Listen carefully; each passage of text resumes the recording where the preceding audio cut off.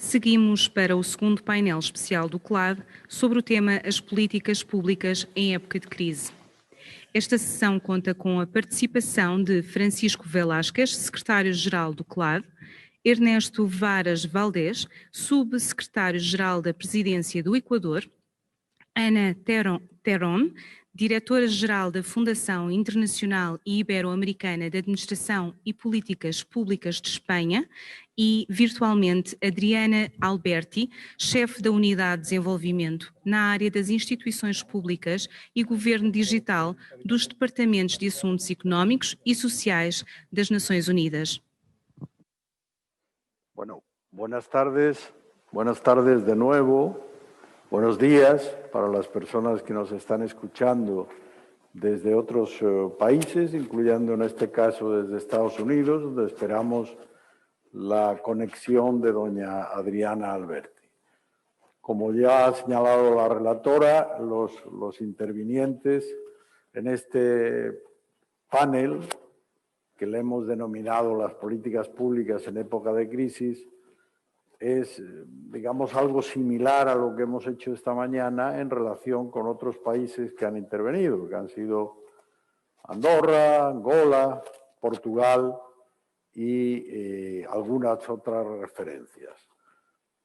La idea es, de alguna manera, sacar experiencias, sacar ideas de lo que ha ocurrido en función de la pandemia y cómo hemos actuado cada uno de nosotros en nuestras organizaciones, y por eso aquí en este caso pues estarán presentes doña Ana Terón, que es la directora de la Fundación Iberoamericana de Administración y Políticas Públicas de España, doña Adriana Alberti, querida amiga que nos sigue desde Nueva York y que es la persona que dirige la institución de Naciones Unidas que se encarga de controlarnos a todos y de decirnos cuáles son las líneas estratégicas por las que debemos ir.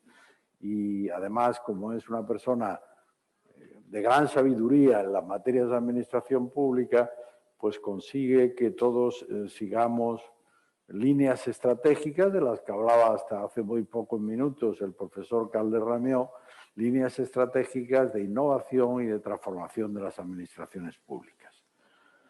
El tercero de los intervinientes, que va a ser el primero, va a ser el subsecretario de Ecuador, residente en Guayaquil, que además tiene un avión que le sale dentro de pocos minutos, de manera que le vamos a dar a él la palabra en primer lugar para que hable algo de las experiencias que le ha tocado vivir y de los deseos y motivaciones hacia el futuro relacionados con esta crisis que todos deseamos que pase pronto. Así que, subsecretario, tienes la palabra.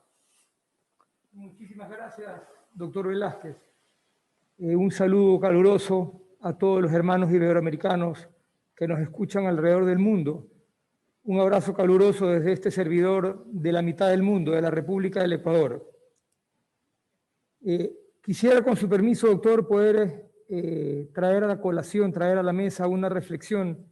La mañana de hoy escuchábamos a la ministra Fátima Fonseca hablar de temas de modernización, temas de innovación, temas de tecnología, y en realidad es destacable el trabajo que ha hecho Portugal en estas áreas. Para países latinoamericanos, como el país que represento, la República del Ecuador, es un sueño no inalcanzable, pero es un sueño que está un poco lejos. Hablamos de que el 30% de las personas que viven en Latinoamérica viven en estado de pobreza.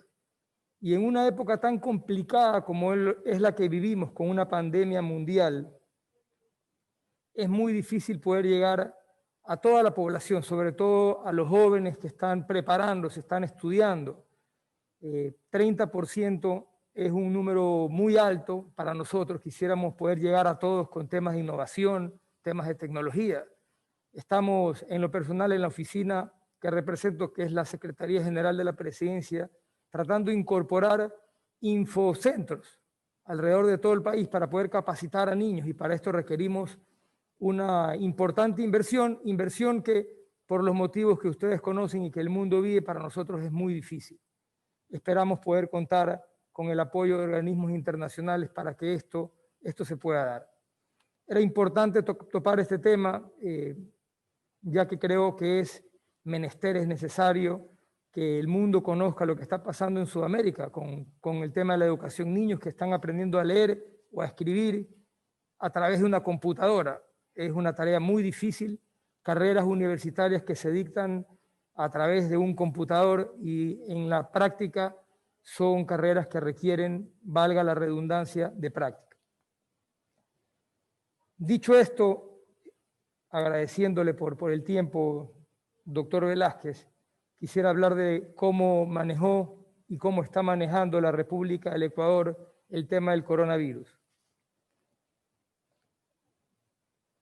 Fuimos de los primeros países golpeados en la región por el coronavirus. Nuestro primer caso llegó del viejo continente, específicamente de España, el 29 de febrero del 2020.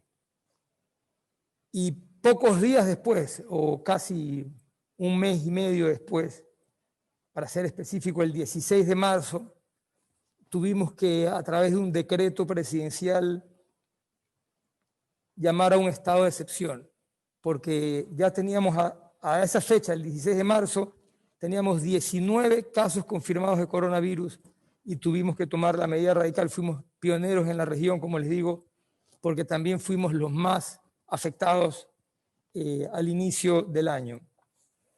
Dentro de lo ocurrido, el sector público, el sector privado, las distintas ramas de la educación primaria, educación superior, no estaban preparados para afrontar una educación online, una educación en línea. Y tuvimos que hacerlo a partir del 16 de marzo. Es decir, el 16 de marzo fuimos a nuestros hogares y no pudimos volver a salir por casi 90 días. Y la educación tuvo que migrar inmediatamente de ser una educación presencial a ser una educación online, sin tener conocimientos de las distintas plataformas que se llevaban a cabo. El sector público, el sector privado de igual manera tuvo que confinarse y sus distintas actividades realizarlas vía telemática. Lógicamente, al encontrarse los trabajos cerrados, los negocios cerrados, el comercio cerrado, una de las ciudades más grandes de mi país es Guayaquil y vive esencialmente del comercio, se veía venir despidos masivos de personas. Entonces el gobierno tuvo que tomar medidas inmediatas para impedir que estos despidos masivos lleguen. Una de las medidas fue permitir reducir la jornada laboral de 8 horas diarias a 6 horas, permitir que se reduzca también el salario en un 16% para que no sean afectadas muchas familias en el sector. Dentro de las medidas, lógicamente, acabo de mencionar, no hubo clases presenciales, 0 eventos masivos, pioneros en la región, y estoy seguro que muchas de las medidas que se tomaron en el Ecuador a través de las experiencias muy tristes que vivimos fueron eco alrededor del mundo para tomar medidas similares y evitar que el golpe sea mayor. Cuando llegamos a los 28 casos confirmados, nos vimos en la dura decisión de prohibir la entrada a pasajeros extranjeros, lo cual pues muchas familias vivían en el exterior, estaban de vacaciones porque nos topó justamente en la temporada de vacaciones de la costa, no pudieron regresar, ni pudieron salir tampoco personas que vivían en el país. Dentro de las acciones y las medidas que tomó el gobierno, debo de ser un poco breve en mi intervención, ya que tengo que regresar a mi país. Fueron campañas masivas a nivel nacional, una campaña que le pusimos como nombre Yo Me Cuido, donde tratamos de explicarle a la comunidad cómo debía manejar el tema porque era completamente desconocido. Había un montón de leyendas urbanas de cómo manejar el virus y eso causó más daños que beneficios. Acciones concretas en el área de la salud. Pudimos implementar rápidamente 353 consultorios médicos para que se puedan tratar casos graves de COVID, casos afectados, poder hacer pruebas rápidas en las 24 provincias que tiene la República del Ecuador. Se acondicionaron 142 hospitales entre públicas y privadas para poder tratar puntualmente casos relacionados al COVID con una inversión aproximada de 220 millones de dólares. Se repartieron 1.600.000 kits de alimentos en sectores rurales, ya que las familias no podían laborar, tenían que estar confinadas, había que aportar de alguna manera inmediata. Se repartieron alrededor de 1.200 tablets para niños en sectores rurales para que puedan continuar sus clases, ya que existía el método de estudio online, pero lamentablemente, como les decía al inicio, no contaban con las herramientas tecnológicas para poderlo hacer. Y finalmente, para concluir, contarles que desde el 29 de febrero que llegó el primer caso de COVID hasta el 24 de noviembre, que es el último reporte que tenemos, hemos tenido 186.400 contagiados, 164.000 recuperados y lamentablemente 13.264 fallecidos. Esperemos en los próximos días, en los próximos meses, poder manejar de mejor manera el tema del COVID y que no llegue una segunda oleada como se prevé que llegue en cualquier momento, como está ocurriendo en países de Europa. Eso sería todo, secretario Velázquez. Le agradezco muchísimo por su tiempo y por el tiempo que me han brindado todos los asistentes a esta convocatoria. Sembramos futuro.